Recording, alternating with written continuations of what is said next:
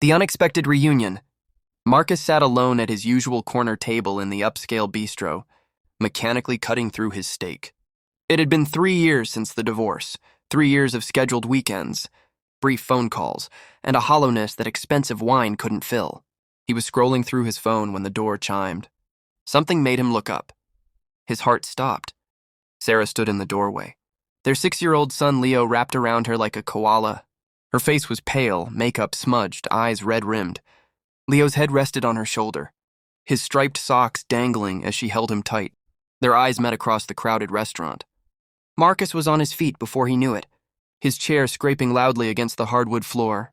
Other diners turned to look, but he didn't care.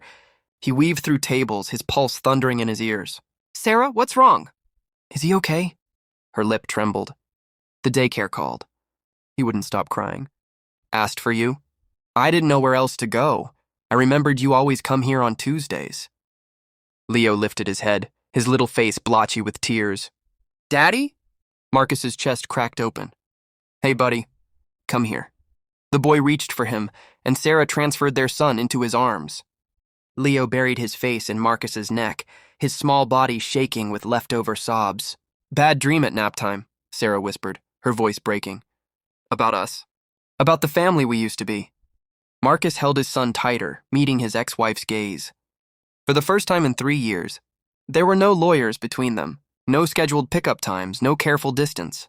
Just two broken people and the child they both loved more than their pride. "Sit," Marcus said softly, pulling out a chair. "Please." Sarah hesitated, then sank into the seat.